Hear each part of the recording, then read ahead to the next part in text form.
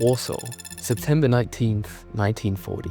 Nazis are rounding up Poles to send them to Auschwitz, a concentration camp. Most are terrified, but not Witold. Everything is going according to his plan. His mission is to get sent to Auschwitz, create a resistance movement within, gather intel and escape. This is very important since at this point in the war, Auschwitz isn't known to anybody. If he fails, the world may never learn the truth about what's happening in the camp. The first part of the plan is already finished. Witold Pilecki got into Auschwitz, but now he's standing in line for a check. The Germans did this to sift out people who were unable to work. If the Nazis knew Pilecki was a political figure, he would get sent straight to Block 11, where he would have been shot in the back of the head. But the officer was there under a different name, Tomasz Serafiński. He hopes that this is enough. The line inches forward. Guards shout orders. The prisoners try not to make eye contact. Pilecki keeps his face blank. Inside, his heart is hammering. At last, the SS man glances at his papers, racing through. He's in. Auschwitz was hard. Nazis forced men to work long days, often without much food. Some of the prisoners were lucky to have easier jobs, but in the beginning, Pilecki was assigned to the Bau Brigade, the builders. This was one of the hardest jobs you could get. He had to carry rocks, building bricks, and other materials, often while running. Many men would die after just weeks, so he had to find a way to change jobs. Don't forget that he was here on a mission. He created an organization within the camp, for which he appointed the top 5. These were men he thought would be most capable, and they coordinated the rest. Pilecki created 4 more of these, but none of the teams knew about each other for safety. This was still risky though, since the Germans didn't want anyone to collaborate. But thanks to this organization, Pilecki was able to get an easier job at the packing department, where he was tasked sorting luggage and packages. SS men would often take the most valuable things for themselves and leave the rest. This was often different types of nuts, chocolates, or canned foods, which he took for himself and to share with his friends. But then one day, a person escaped from the camp. His number was called by a Nazi officer, but he was nowhere to be seen. All of the prisoners were forced to stand in line while Nazis were looking for the man. This dragged on for 16 hours. Some collapsed from exhaustion, but the Germans didn't find the man. So in order to prevent people from escaping in the future, they punished the prisoners. For each prisoner who escaped, 10 were killed in the camp. But at this point, Pilecki's organization had grown. He wrote in a report that they were able to take over the camp, but they wouldn't do it because commanders in Warsaw didn't approve of it. They also didn't organize escapes because of the punishment. They couldn't do anything, so they were just waiting for the right moment. Late 1942, Pilecki is informed through his organization that the Nazi guards are no longer allowed to punish prisoners for escapees. This is a ruling that came from Germany, so he begins to organize escapes for different people in the camp, usually the ones that had the most risk of being killed.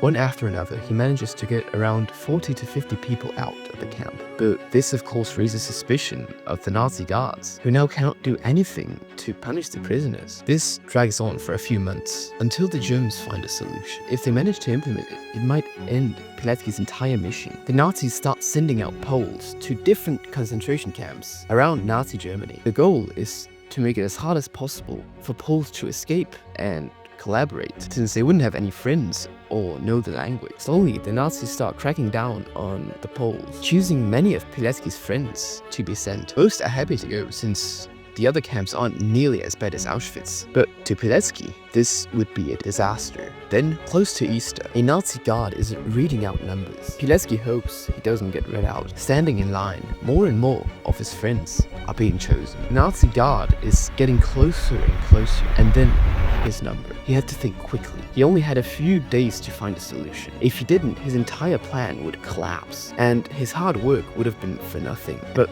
he came up with an idea. His plan was given to him by a friend. It consisted of 3 main stages. Each one was very hard to implement. The plan would get him and 2 of his friends out. Pilecki himself didn't know if it would work. First, he would fake being ill in order to get sent to the medical block, thanks to the fact that Nazis didn't like to check it, and that it was currently Easter, so the guards were more relaxed. He hoped that when he got out, he could enter a different work block, the bakery. This would be useful to him since the bakery was located outside of the camp, and prisoners working in it were only guarded by 2 guards. Secondly, he would convince 2 bakers to give up their night shift for him and a friend. This was hard at first, but a third friend who already worked at the bakery managed to convince the bakers by telling them that Pilecki was a newbie and thinks that work in the bakery is easy. And finally, Pilecki came to the final part of his plan: get to and escape the bakery through the back door. He knew one of his friends could open it from the inside, but they had no idea if there was a second outer lock. There was only one way to find out. He was in there with 2 friends, all waiting for the right moment. Work in the bakery was hard and hot, many hours of brutal hard work, and they had to make around 1,000 loaves of bread by the end of the night, so they took out their clothes to cool down a bit. Pilecki's friend was tasked with opening the door from the inside, but they were just waiting for the perfect moment. They noticed a guard had fallen asleep, and Pilecki's friend tried to unlock the door. He picklocked it for a couple of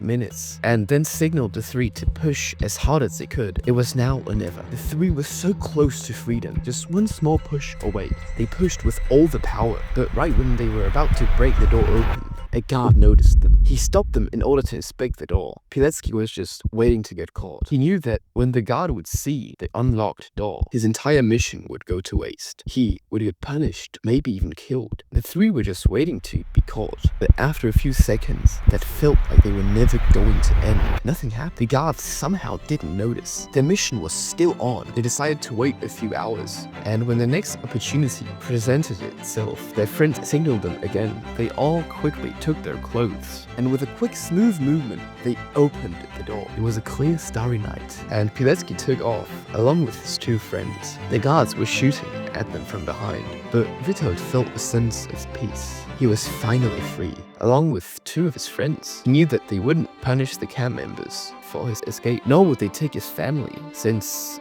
he was there under a fake name, and thankfully, they all managed to get to Warsaw just 10 days later. Pilecki wrote a report about his time in Auschwitz. Witold Pilecki's report became the first eyewitness account of what happened inside Auschwitz. It reached the Polish resistance movement and the Allies. Pilecki was later executed by communists after the war. Today, historians call him the man who volunteered for Auschwitz, a mission no one else dared to take.